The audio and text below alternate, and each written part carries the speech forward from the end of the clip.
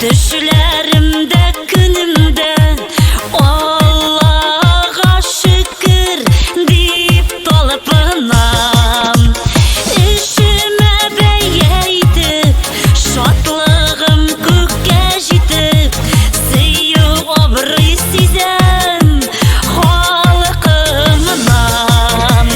Ağa vakit yılgası şulay yolga barasın, sağlık sabırlık bir Hudayım. Jan kılıma qağınıp, dostlarıma tabınıp, ümit bağlap yaşayıp her daim.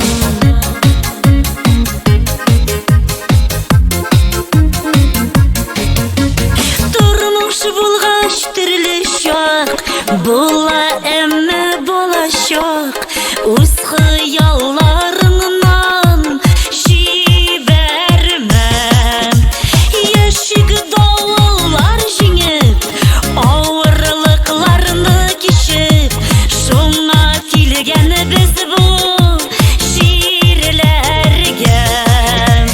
Ağa vakit yılgası şula yolga barasın, sağlık sabırlık bir Hudayım.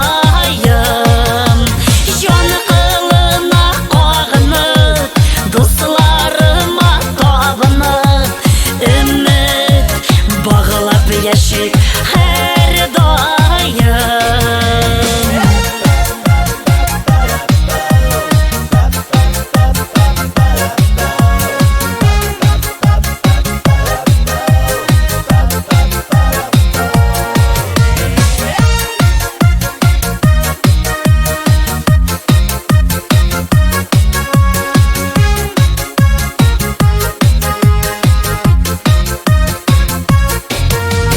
Yoktu kuyoş kugimde şatlıklarım tügiller, meldireme dolu köngülümden. Şılıtır şişme jırlarım, yonda toğrı dostlarım, Rabbim qanağatmin ömrümden. Ağa vakit yılgası şula yolga barası, sağlık sabırlık bir